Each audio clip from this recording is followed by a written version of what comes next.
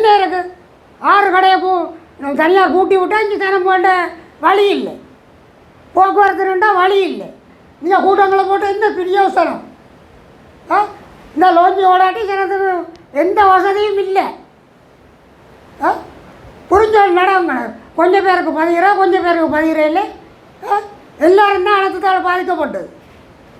1410 குடும்பம் பாதிக்கப்பட்டது தான். அவன் பார்லிமெண்ட்டில் அந்த மடையன் பேசுகிறான், நெடுந்தீவில் ஒருவருக்கும் பாதிக்கப்படலைன்ட்டு. இதே சிறிதர் ஐயாவும் பார்லிமெண்ட்டில் எந்த வர்றான் கலைச்சி வர்ற ஒரு வார்த்தை, நெடுந்தி மக்களை போய் காய்ச்சி வர்றா இல்லை. அவருக்கு தெரியாது நெடுந்தி மக்களோட வாழ்க்கை நிலை தெரியாதா? என்ன பக்காத்து விட்றீங்க? நானே கூட என்னுடைய வீடு 3 நாளாக பாதிக்கப்பட்டு நான் தரப்பால் வட்டி தான் சீட்டு பறந்துட்டு ஆரடி சொல்கிறது வந்து கேட்க படம் இருக்காண்டு. நாங்கள் பாப்பா படம் எடுக்க படம் இல்லாத இந்த ஃபோன் இல்லாதவன் என்ன செய்கிறது? இந்த டைஃபான் இல்லாதவன் என்ன செய்கிறது? மக்களோட கும்பலோட நீங்கள் கேட்குறீங்க, என்ன நடக்குறீங்க? இந்த தொழிலெல்லாம் அவ்வளோ அழிஞ்சு போகுது, இந்த ரோடு நாள் அழிஞ்சு போகுது. என்ன நடவடிக்கை எடுக்கிறீங்க? இதைத்தான் நான் சொல்ல வரேன். மக்களுக்குரிய இதெல்லாம் கொடுங்க. உலக நாடுகள் அள்ளி கொட்டுறாங்க, நீங்கள் மறைக்கிறீங்க. கொடுக்க சொல்லி தான் நான் அது போய் சொல்கிறேன். ஒரு குடும்பத்துக்கு 20,000 கொண்டா கூட ஏழப்பா மறக்கிறேன். உங்கள் வீட்டு காசை இந்த இஎஸ்க்கா வந்து விரும்பினாக்களை தான் பார்ப்பான். அதில் எந்த வீட்டுக்கு இல்லை எல்லாத்தையும் பார்த்துட்டு அதில் டொலாட்டு வீடு, அதில் இவன் நார் அப்பக்குள்ளே வீடு, இந்தால ஜெயம் வீடு, இந்தால வீடு. அது பார்க்கல. அவங்க வசதியாக பாதிக்கப்படக்கூடாது. இந்த மூன்று நாளாக கடைகளை படுத்துனாங்க. வந்து டீயா சொல்கிறோம், நான் கேதாட்ட கடன் போட்டு சீட்டை போட்ட அப்புறம் சொல்கிறேன். உடனே சீட்டில் லைனுக்கு எங்கடா உடைஞ்சு டீயா என்ன வீட்டு திட்டம் அந்த மதிப்பிடுறது. எத்தனை நேரம் போய் நான் வீட்டு இந்த இடிக்க போகுது வீட்டு திட்டம் இருந்துச்சு.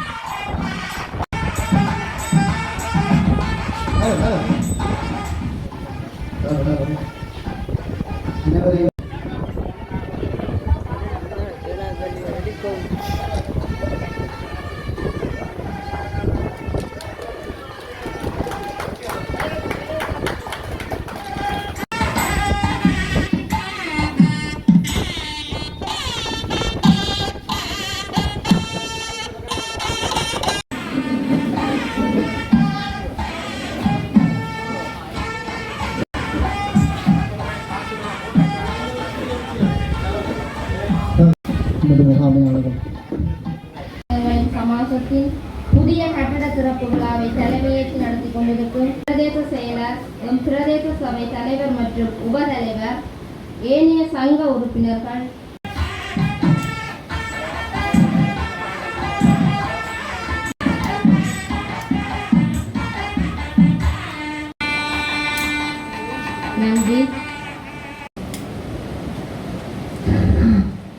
நன்றி.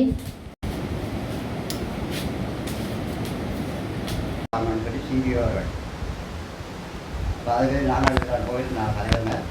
அப்போ சொன்னார்கள் நிர்வாகம் இடைமையான காரணமாக இடைக்கால நிர்வாகத்தை ஏற்படுத்துவோம் அப்படின்னு. அதுக்கு தலைவர்மார் எல்லாரும் ஒத்துழைப்பு கேட்டால் நாங்கள் போக மாட்டோம். அப்போ சரியாக சரி போட்டாமல் போயிருக்கு. அப்புறம் ஆஃபீஸுக்கு வரைச்சிருந்தாங்க. ஆஃபீஸுக்கு போகாமல் நியமனம் கடந்துருந்தாங்க. 3 மாதம் தற்காலிகமாக 3 மாதத்துக்கு செயல்படுங்க அப்படின்னு சொல்லி. அப்போ நாங்கள் 3 மாதம் ஏற்றுக்கொண்டு வந்துட்டோம். வந்து இங்கிருந்த சமாசத்துக்கு போனால் ஒரு உடனடியாக போனோன்னு வந்து எங்களுடைய நெடுந்தீவு பிரதேசத்துக்கான கடத்தொழிலாளர் சமாசத்தினுடைய கட்டிட திறப்பு விழாவினை தலைமையேற்று நடத்தி கொண்டிருக்கின்ற கடத்தொழிலாளர் சமாசத்தினுடைய தலைவர் அவர்களுக்கும் இன்றைய இந்த நிகழ்வுக்கு பிரதம விருந்தினராக வருகை தந்து நிகழ்வினை சிறப்பித்துக் கொண்டிருக்கின்ற எங்களுடைய கௌரவ பாராளுமன்ற உறுப்பினர் ஸ்ரீதரன் ஐயா அவர்களுக்கும் மற்றும் இந்த நிகழ்வுக்கு வருகை தந்திருக்கின்ற எங்களுடைய நெடுந்தீவு பிரதேச சபையினுடைய கௌரவ தவிசாளர் சத்தியவரதன் அவர்களுக்கும் மற்றும் பிரதேச சபையினுடைய கௌரவ உபதவிசாளர் அவர்களுக்கும் மற்றும் இந்நிகழ்வுக்கு வருகை தந்திருக்கின்ற கௌரவ உறுப்பினர்கள் எங்களுடைய கடத்தொழிலாளர் சங்கங்களுடைய தலைவர்கள் செயலாளர்கள் உறுப்பினர்கள் அனைவருக்கும் என்னுடைய வணக்கத்தை தெரிவித்து கொண்டு நெடுந்தீவு பிரதேசத்தை பொறுத்தவரையில் பெருமளவான மக்கள் இந்த கடற்தொழிலை ஜீவனோபாயமாக கொண்டு வாழ்கின்ற மக்கள். ஆகவே இந்த கடற்தொழிலாளர் சமாசத்தினுடைய கட்டிடமானது மிகவும் இன்றியமையாதது. கடற்தொழிலாளர் சமாசம் சிறப்பாக இயங்கினால்தான் அதன் கீழே வருகின்ற கடற்தொழிலாளர் சங்கங்களும் தங்களுடைய நிர்வாகத்தை சிறப்பான முறையிலே முன்னெடுக்க முடியும். அந்த வகையிலே எனக்கு தெரியும், நிச்சயமாக தெரியும், இந்த ஒரு குறைபாடு இருந்தது. அந்த குறைபாட்டுக்கான நிதி பங்களிப்பு 1 மில்லியன் ரூபாய் 10 லட்சம் ரூபாய் நிதியினை தந்து அந்த குறைபாட்டினை நீக்கிய எங்களுடைய கௌரவ பாராளுமன்ற உறுப்பினர்களுக்கு என்னுடைய நன்றியை தெரிவித்துக் கொண்டு நான் உண்மையிலேயே எனக்கு கடற்தொழிலாளர் சங்கம் சமாசத்தின் மீது அதீத அக்கறை இருக்கின்றது. ஏனென்று சொன்னால் நான் முதலாவது அப்பாயின்மெண்ட்டில் இருக்கைகளில் என்னுடைய ஃபர்ஸ்ட் அப்பாயின்மெண்ட் நான் ஒரு கூட்டுறவு அபிவிருத்தி உத்தியோகத்தர், நான் ஒரு கோஆப்ரேட்டிவ் டெவலப்மெண்ட் ஆஃபீஸர். நான் யாழ்ப்பாணத்திலே ஒரு வருடம் முதலாவது என்னுடைய அப்பாயின்மெண்ட்டில் நான் வேலை செய்து விட்டு எனக்கு உடனடியாக இடமாற்றம் முல்லைத்தீவு போக சொல்லி 2001ஆம் ஆண்டு எனக்கு முல்லைத்தீவு இடமாற்றம். இப்போ நான் முல்லைத்தீவுக்கு இடமாற்றம் செய்து போகின்ற பொழுது நான் புதுக்குடியிருப்பிலே எங்களுடைய அலுவலகம் அந்த நேரத்தில் இருந்தது, புலிகளின் கட்டுப்பாடு அந்த நேரத்தில். அப்போ அந்த நேரத்தில் எங்களுடைய அலுவலகம் கூட்டுறவு அபிவிருத்தி உதவி ஆணையாளர் அலுவலகம் முல்லைத்தீவு புதுக்குடியிருப்பில் நான் புதுக்குடியிருப்பு போய் எங்களுடைய சம்மரி குவார்ட்டர்ஸ், எங்களுக்கு புதுக்குடியிருப்பு டிஎஸ் ஆஃபீஸில் ஒரு சம்மரி குவார்ட்டர்ஸில் எனக்கு ஒரு இடம் தந்தது. அங்கேருந்து என் ஃபர்ஸ்ட் அப்பாயின்மெண்ட் எனக்கு நியமித்தார்கள். கடத்தொழிலாளர் சமாசம் முல்லைத்தீவு கடத்தொழிலாளர் சமாசத்தினுடைய கூட்டுறவு அபிவிருத்தி உத்தியோகத்தராகவும் அதே நேரம் அங்கே இயங்கிய 24 கடத்தொழிலாளர் சங்கத்தினுடைய கூட்டுறவு அபிவிருத்தி உத்தியோகத்தராக. ஆகவே உங்களுடைய செயற்பாடுகள், உங்களுடைய தேவைகள் எவ்வாறு சமாசத்தினுடைய பங்களிப்பு இருக்க வேண்டும், ஒரு தாய் சங்கம் மாதிரி தாயை நீங்கள் பலப்படுத்தினா தான் பிள்ளைகளுக்கு அந்த தாய் சிறப்பான ஒரு சேவையை வழங்க முடியும். அது மாதிரி இந்த தாய் சங்கமானது, இந்த சமாசமானது சிறப்பாக இயங்க வேண்டும். அந்த அடிப்படையிலே நீங்கள் உங்களுடைய கடத்தொழிலாளர் சங்கங்களுடைய செயற்பாடுகளை முதலாவதாக ஸ்திரப்படுத்தி கொள்ளுங்கள். ஏனென்று சொன்னால் இப்பொழுது ஏற்பட்டிருக்கின்ற இந்த அழிவு சம்பந்தமான பதிவுகள் கூட என்னுடைய விடயத்து கொண்டு வரப்பட்டது. பல குறைபாடுகள் சுட்டி காட்டப்பட்டிருக்கிறது. ஃபிஷரிஸ் இன்ஸ்பெக்டர் நேரடியாக படகுகளை பார்த்து கொண்டு போகிறாருண்டு. ஆனால் அதிலே விடுபடுறதுக்கான சந்தர்ப்பங்கள் இருக்கின்றது. ஆகவே நீங்கள் சங்கங்கள் வடிவாக ஒரு நிர்வாகத்துக்களை இயங்கி இருந்தீங்கள் என்றால் உங்களோட சங்கத்துக்கு கீழே எத்தனை படகுகளை நீங்கள் ரெஜிஸ்டர் பண்ணி இருக்கணும், இங்கே எத்தனை மீனவ குடும்பங்கள் படகுகள் வைத்து இந்த வேலையை தொழிலை செய்து கொண்டிருக்கின்றார்கள் என்ற விவரம் உங்களிடம் தெளிவாக இருக்குமாக இருந்தால் நீங்கள் இன்று இந்த இது போன்ற இயற்கை அனர்த்தம் ஏற்படுகின்ற போது அழிவுக்கான பதிவுகளை பதிவுகின்ற பொழுது சங்கம் வைஸாக நீங்கள் ஒரு லிஸ்ட்டை வச்சுக்கொண்டு உங்களோட உறுப்பினர்களில் ஆட்டாட்ட படகுகள் சேதம், ஆட்டாட்ட வலைகள் சேதம், ஆட்டாட்ட என்ஜின் சேதமாக இருக்கிறது, இந்த தரவுகளை நீங்கள் துல்லியமாக கொடுக்கின்ற பொழுது அரசாங்கத்தினாலே பல பெறுமதியான இழப்பீடுகள் உங்களுக்கு வழங்கப்படுகின்றது. அதே மாதிரி காப்புறுதி செய்திருந்தால் அந்த காப்புறுதியின் தொகையும் உங்களுக்கு கிடைக்கிறதுக்குரிய ஒரு சந்தர்ப்பம் இருக்கின்றது. ஆகவே இவற்றை நீங்கள் சங்கங்கள் இன்று என்னை பொறுத்தமட்டில் இத்தனை சங்கங்கள் இயங்குகின்றன, இத்தனை சங்கங்கள் நிர்வாகம் திறமையாக இயங்குது என்று எனக்கு தெரியாது. நிர்வாகம் இல்லாமலே நீண்ட காலமாக சங்கங்கள் இயங்குகின்ற தன்மை தான் காணப்படுகின்றது. அதே மாதிரி நீங்கள் கொடுக்கின்ற தரவுகள் எல்லாத்தையும் ஒட்டுமொத்தமாக சமாசம் அவற்றை திரட்டி சம்பந்தப்பட்ட திணைக்களங்களுக்கு கிடைக்கின்ற பொழுது உங்களுடைய இழப்பீடுகள் உடனடியாக கிடைக்கிறதுக்குரிய ஒரு சந்தர்ப்பம் காணப்படுகின்றது. காணப்படுகின்றது. ஆகவே என்னுடைய பணிவான வேண்டுகோள் என்னென்னு சொன்னால், இன்று சமாசத்துக்கு ஒரு கட்டிடம் வந்துவிட்டது. இனியும் நீங்கள் தாமதிக்காமல், நான் சொன்னான் சமாச தலைவருக்கு, நீங்கள் இங்கே ஒரு உத்தியோகத்தரை நியமித்து நீங்கள் நிர்வாகமும் ஒரு சங்கங்களோடு ஒரு கோஆர்டினேஷனை வச்சுக்கொண்டு அந்த சங்கங்களுடைய நிர்வாகத்தை தெரிவுக்கும் நீங்கள் தான் பொறுப்பு. சமாசம்தான் அவற்றை மேற்பார்வை செய்ய வேண்டும். சிறப்பாக இயங்க வேண்டிய நிர்வாகங்கள். உங்களுடைய பல பிரச்சனைகளை நீங்கள் ஒற்றுமையாக இருந்தால் தான் தீர்க்க முடியும்.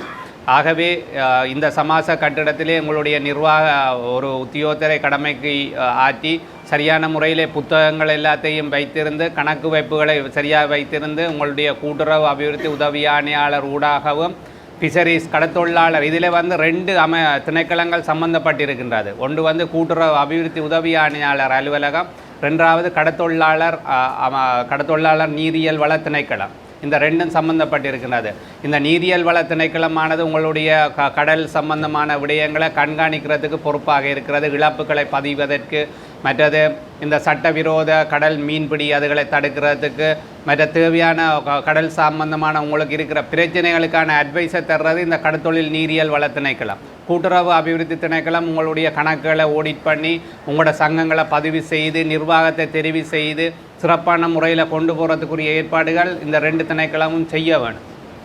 ஆகவே நீங்கள் இந்த உங்களுடைய சங்கங்களையும் சமாசத்தையும் சிரமமாக இயக்கின்ற பொழுது நல்ல முறையிலே இந்த உங்களுடைய மீனவர்களுக்கான அங்கத்தவர்களுக்கான நல்ல ஒரு பயனை பெற்றுக்கொள்ள முடியும். அதே போன்று என்ஜிஓஸ் ஏதாவது வருகின்ற பொழுது அரசு சார்பற்ற நிறுவனங்கள் அல்லது வேர்ல்ட் பேங்க் அல்லது ஏசியன் டெவலப்மெண்ட் பேங்க் ஏதாவது ஒரு ப்ரொஜெக்ட்டுக்கு வருகின்ற பொழுது உங்களுக்கு ஒரு நல்லொரு திட்டத்தை நாங்கள் எங்களுக்கு சமர்ப்பிக்க முடியும். சமாசமும் சங்கங்களும் நல்ல முறையில் இயங்கினா தான் நீங்கள் கொடுக்கின்ற நாங்கள் உங்களுக்கு முன்மொழிகிறது ரெக்கமெண்ட் பண்ணுற திட்டங்கள் அமல்படுத்தப்படும். எனக்கு நல்ல அனுபவம் இருக்குது. நாங்கள் அங்கே முல்லைத்தீவிலே நான் இருக்கின்ற போது கடத்தொழிலாளர் சமாசமும் அந்த 24 சங்கங்களுக்கும் நாங்கள் அன்று 2001ஆம் ஆண்டு UNDP-ஆல் ஃபிஷரிஸ் ரீகவரி ப்ரொஜெக்ட்னு ஒன்று செய்த நாங்கள் மீனவர்கள் எல்லாருக்கும் சுழற்சி முறையிலே ஒரு கடன் திட்டம் கொடுத்து படகுகள்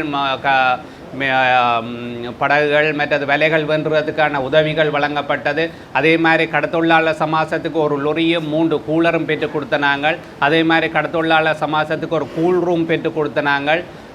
அது போன்ற பல திட்டங்களை நாங்கள் செய்த நாங்கள். உங்களை கடத்தொழிலாளர் சங்கங்களில் இருந்து புறப்படுகின்ற மீன்களை எல்லாம் நாங்கள் எங்களோட கூல் ரூமில் வச்சிருந்து கூலரில் குழம்புக்கு ஏற்றி நல்ல பெருமதி நல்ல ஒரு வருமானத்தை ஈட்டி கொடுத்த நாங்கள். அது மாதிரி பல நன்மைகள். நீங்கள் சங்கங்களும் சமாசமும் சிறப்பாக இயங்கினால் எங்கள் எதிர்காலத்தில் வர்ற திட்டங்களும் சிறப்பாக இருக்கும்.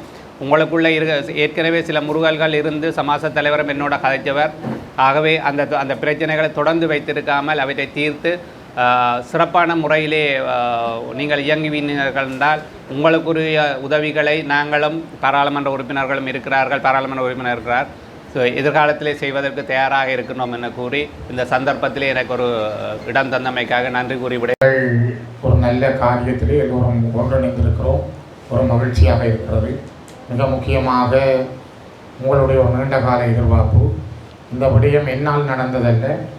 இன்னும் நாங்கள் முதல் எங்களுடைய தவிசாளர் சத்தியவர்தனையாரோடு பேசி நாங்கள் நெடுந்தீவு மகா வித்தியாலயத்தினுடைய ஒரு அவசர தேவையை பூர்த்தி செய்வதற்காக 1 மில்லியன் ரூபாவை இம்முறை யாழ்ப்பாண மாவட்டத்துக்கு எனக்கென ஒதுக்கப்பட்ட 9 மில்லியனில் 1 மில்லியனை நெடுந்தீவு மகா வித்தியாலயத்துக்கும் இன்னொரு மில்லியனை சங்கத்தினுடைய நெடுந்தீவு பல்நோக்கூறு சங்கத்தினுடைய வள்ளத்தை திருத்துவதற்காக 1 மில்லியனுமாக 2 மில்லியன் ரூபாக்களை நான் ஒதுக்கீடு செய்திருந்தேன். அவருடைய வேண்டுகோளுக்கிணங்க அவரும் ஏனைய உறுப்பினரோடு பேசி அதனை கோரிக்கையாக முன்வைத்திருந்தார்.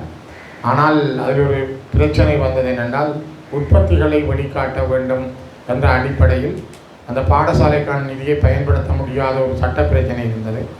அதனால் அந்த பணத்தை ஏதோ ஒரு உற்பத்தி துறையிலே ஈடுபடுத்துவதற்காக எங்களுடைய கௌரவ தவிசாளர்களுடைய வேண்டுகோளுக்கிணங்க அந்த பணம் நெடுந்தீவு கடத்தொழிலாளர் கூட்டுறவு சங்கத்தினுடைய சமாசத்துக்கு ஒதுக்கப்பட்டது. அப்பொழுது இருந்த பிரதேச செயலாளர் அவர்களும் இதற்கு பூரணமான ஒத்துழைப்பினை தந்திருந்தார். அவரும் அதனை முயற்சி செய்ய வேண்டும் என்ற ஒரு ஆர்வமோடு இருந்தார். இப்பொழுது வந்திருக்கின்ற எங்களுடைய பிரதேச செயலாளரும் செய்து முடிப்பதிலே உங்களோடு மிகப்பெரிய பங்காற்றியிருக்கிறார். இந்த கடற்கரை ஓரத்திலே உங்களுடைய தேவைக்காக இந்த கட்டிடம் அமைக்கப்பட்டிருப்பது இப்பொழுது பேசிய உபதலைவர்களும் சொன்னார். அதனுடைய முக்கியத்துவத்தை ஆகவே அன்போடும் மதிப்போடும் உங்களிடம் இந்த கட்டிடத்தை இன்று நாங்கள் கையளிப்பதில் பெருமைப்படுகிறோம், மகிழ்ச்சி அடைகிறோம். இது ஒரு தனிநபருடைய காசு அல்ல, இது ஒட்டுமொத்தத்தில் மக்களுடைய வரிப்பணம், உங்களுடைய வரிப்பணம் தான். எல்லோருடைய கூட்டு முயற்சியும் இந்த கட்டிடம் கிடைத்திருக்கிறது. தனியாக ஒரு ஸ்ரீதரன் சிவஞானம் என்ற பெயரை நீங்கள் பொறிக்க தேவையில்லை. நாங்கள் எல்லோரும் சேர்ந்து, நீங்களும் நாங்களும் சேர்ந்து இந்த கட்டிடத்தை அமைத்திருக்கிறோம் என்ற பெருமையோடு இது எங்களுடையது என்ற அந்த உரிமை உங்களிடம் இருந்தால் நிச்சயமாக இந்த கட்டிடத்தை இன்னும் நீங்கள் வளமாக பயன்படுத்துவீர்கள். ஆகவே வாழ்த்துக்களை கூறிக்கொள்கிறேன். மிக முக்கியமாக உங்களுடைய நெருக்கடிகள் ஏராளம். தம்பி உரையாற்றும் பொழுது சொன்னார், இந்த கூலர் பிரச்சனை, பாலத்திலே கட்டுகின்ற பிரச்சனை, இங்கே கடத்தொழிலாளர்கள் எதிர்கொள்ளுகின்ற பாரிய விளைவுகளை சொல்லியிருந்தார். நாங்கள் அதிகமாக நான் அதனை கவனத்திலே எடுக்கிறேன். என்னால் முடிந்தவரை அதற்கான ஏதோ ஒரு வகையிலான உதவியை உங்களுக்கு ஆற்றுவதற்கு நான் சம்பந்தப்பட்ட துறை சார்ந்த அதிகாரிகளோடும் உரையாடி அதற்கான தீர்வுகளை எட்டுவதற்கான முயற்சிகளை மேற்கொள்கின்றேன். அதே நேரம் கடத்தொழிலாளர்கள் இங்கே கடுமையான நெருக்கடிகளை சந்திக்கிறார்கள். 6 சங்கங்களுடைய தாய் சங்கமாக, கூட்டு சங்கமாக இருக்கிற சமாசம் எல்லோரையும் வழிநடத்துகின்ற ஒரு பெரிய சங்கம். ஆகவே இந்த சமாசத்துக்கு ஒரு மிகப்பெரிய பொறுப்பும் கடமையும் இருக்கிறது. அந்த பொறுப்பை நீங்கள் சரியாக ஆற்றுகிறீர்கள், எல்லோரையும் அரவணைத்து செல்லுகின்றீர்கள். அதனால் நாங்கள் உங்களை மதிப்போடும் மரியாதையோடும் பார்க்கிறோம். குறிப்பாக உங்களுடைய தேவைகள் ஏராளம், ஆனால் நாங்கள் செய்வது ஒரு சிறு துளி. இன்னும் செய்ய வேண்டிய பணிகள் அநேகமாக உண்டு. கடந்த தேர்தல் காலத்தில் கூட நான் இந்த ஒழுங்கையிலே வந்து உங்களோடு உரையாடியிருந்தேன். ஒரு கூட்டம் கூட இந்த கடற்கரையிலே நாங்கள் செய்திருந்தாங்கள், எனக்கு நல்ல ஞாபகம் உண்டு. அதே போல் உங்கள் எல்லோருடன் பேசுகின்ற, கதைக்கின்ற வாய்ப்புகள், அடிக்கடி உங்களை சந்திக்கின்ற வாய்ப்புகள் கிடைத்து. இங்கே ஜேசுவன் இருக்கிறார், அடிக்கடி மெக்கலன்னு ஏதாவது சொல்லி என்ன பேசிக்கொண்டிருப்பார். அவருக்கு சொல்லுங்கள் என்ன பேச வேணாமன். அவர் தான் அடிக்கடி ஏதாவது எடுத்து அந்த தேவை இந்த தேவை என்று ஏதாவது ஒன்றை சொல்லுவார். அவர்கள் எல்லாருமே நீங்கள் சேர்ந்த முயற்சி தான் இது கிடைத்திருக்கிறது. அந்த வகையில் நாங்கள் இன்னும் தொடர்ந்து, நான் மட்டுமல்ல, எங்களுடைய தவிசாளர், உபதவிசாளர், கௌரவ உறுப்பினர்கள், இங்கே கூடியிருக்கிற நாங்கள் எல்லோரும், எங்களுடைய பிரதேச செயலாளர் எல்லாரும் நாங்கள் கூட்டாக இயங்கினால் இன்னும் பல மாற்றங்களை நாங்கள் கொண்டுவர முடியும். அந்த மாற்றங்களை நோக்கிய நகர்விலே இது ஒரு நல்ல அத்தியாயம்.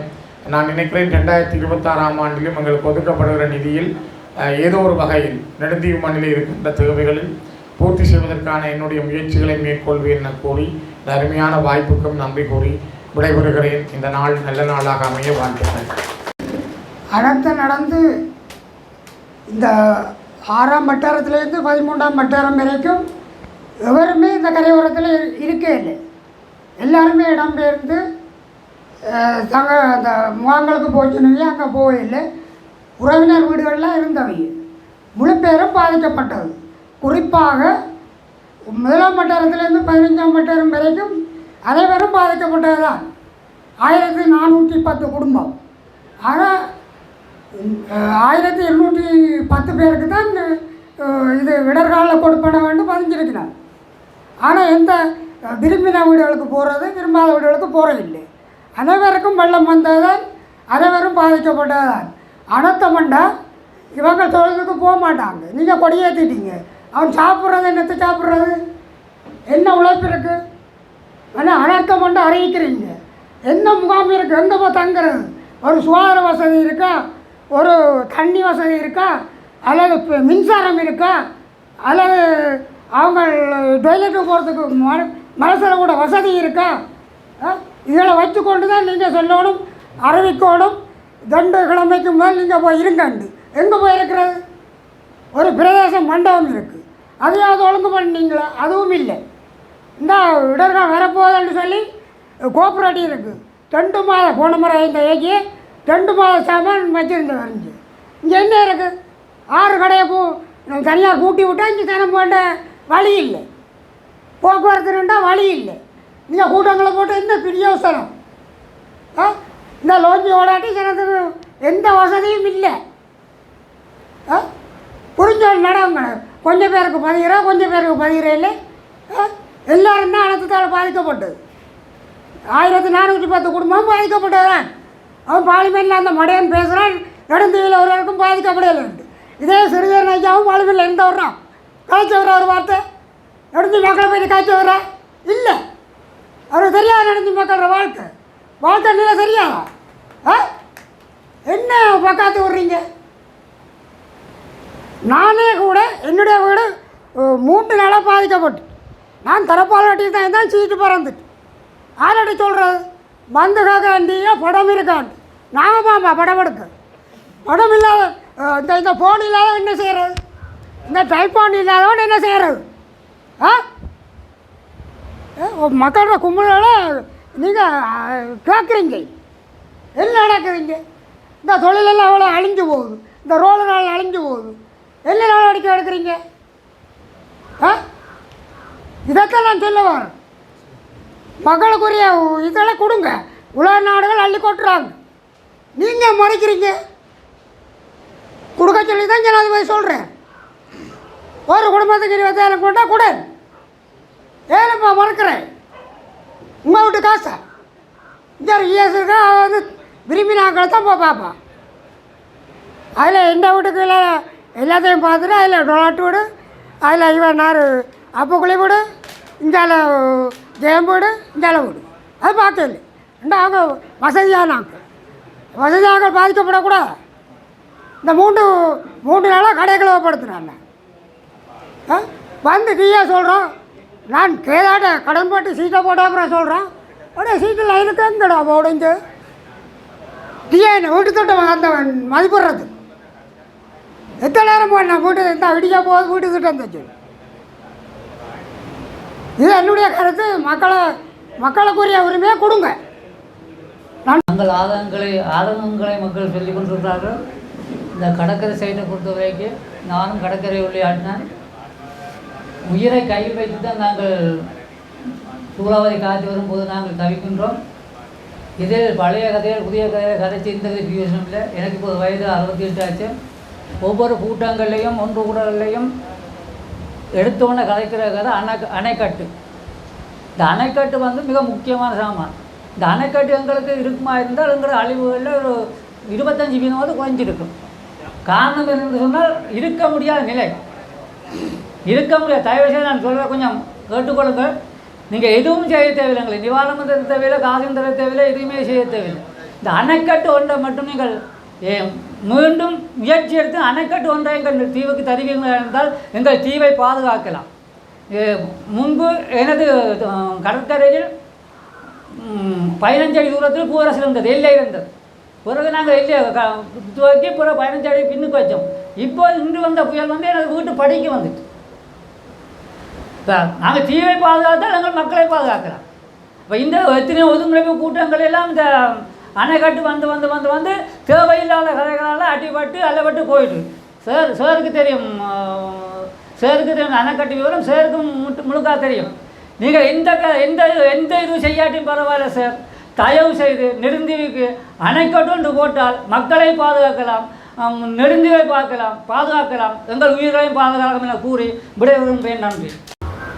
சில கேள்விகளை வச்சபடியால் நான் அதுக்கு விடையளிக்கவும் தானே. பிறகு இவர் கேட்க நாங்கள் ஒன்று சொன்னால் போயிட்டு உங்களுடைய ஆதங்கம் கோபம் நான் அதை ஏற்றுக்கொள்கிறேன். தயவு செய்து உங்களுக்காக எதுவும் கதைக்கலன்னு சொன்னால் மன்னித்து கொள்ளும். பாராளுமன்றத்தில் சில தலைப்புகளுக்குள்ள விவாதங்கள் வரும்.